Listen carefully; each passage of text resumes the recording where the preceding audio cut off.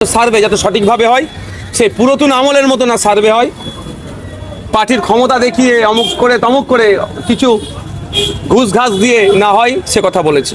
তবে একটা কথা বলবো আবার লক্ষ্মীর ভাণ্ডার নিয়ে। সরকার লক্ষ্মীর ভাণ্ডার থেকে অন্নপূর্ণা যোজনা সরকার যে প্রতিশ্রুতি দিয়েছে পালনে ব্যর্থ। আমি দার্থহীন ভাষায় বলবো, সরকারকে প্রত্যেকটা মহিলাকে অন্নপূর্ণা যোজনা দিতে হবে। কারণ ভোটটা নেওয়ার সময় তখন বলেনি কে পাবে কি পাবে না। 13 পাতার 12 পাতার একটা অ্যাপ্লিকেশন ফর্ম ফিল আপ গ্রামের মানুষজন করতে কত অসুবিধা। তারপরে আসলে কি সরকারি কর্মচারী নেই, তারপরে কি বলছে পাকা বাড়ি থাকলে হবে না। এখন করতে করতে 10,000 টাকা যা ইনকাম করে তার বেশি সে পাবে না। কিন্তু সব ক্রাইটেরিয়া পার করার পরেও এখন দিচ্ছে না। এই দ্বিচারিতা বন্ধ করতে হবে।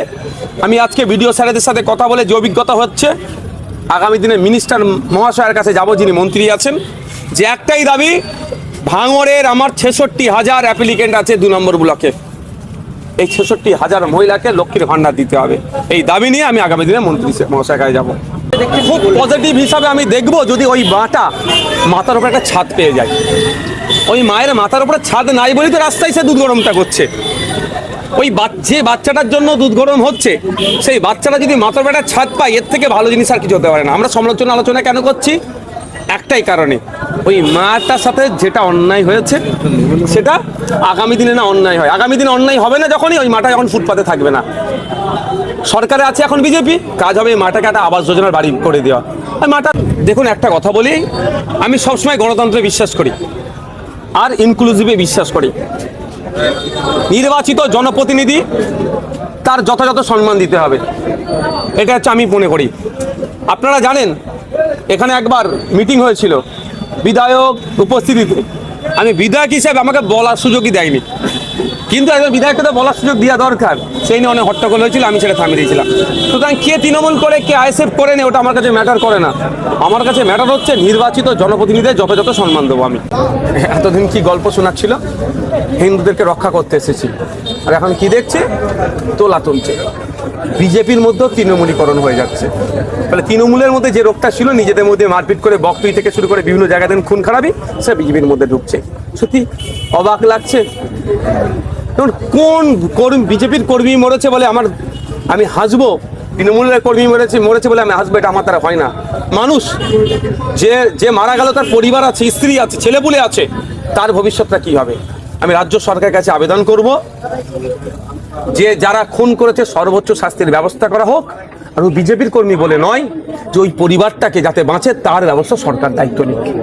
দ্বিতীয় হচ্ছে, রাস্তাঘাটগুলো যেভাবে ভাঙড়ের যেটা ভেঙে যাচ্ছে, বর্ষাতে আরো খারাপ হয়ে উঠছে, সেটা সংস্কার সাথে সাথে এমন দেখা যাচ্ছে কাজ হয়েছে 6 মাস, তারপর রাস্তা খারাপ হয়ে যাচ্ছে কেন? তাহলে যে কন্ট্রাক্ট নিয়েছিল কন্ট্রাক্টরকে খুঁজে বার করা, সেটা তদন্ত করা, এই কথা বলেছি।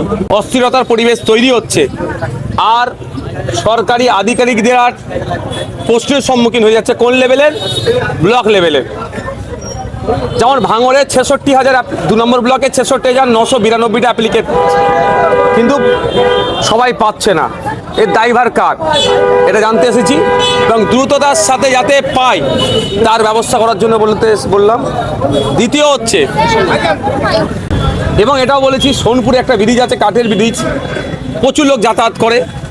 ভোগালিতে একটা কাঠের ব্রিজের সমস্যা, আরও অনেক কথা বলেছি। ছেলেগুয়ালিতে 83 লাখ টাকা আমি বরাদ্দ করিয়েছিলাম বিধানসভায় বলে, কিন্তু কাজ মাঝপথে শুরু হয়েও বন্ধ হয়ে গেছে, সেটা রিওপেন করার কথা বলেছি।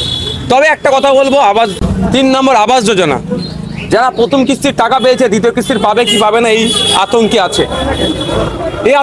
এই আতঙ্ক মুক্ত করতে হবে, তাদের টাকা ব্যবস্থা করতে হবে যারা জেনুইন। আর নতুন যারা অ্যাপ্লিকেশন করেছে আবাস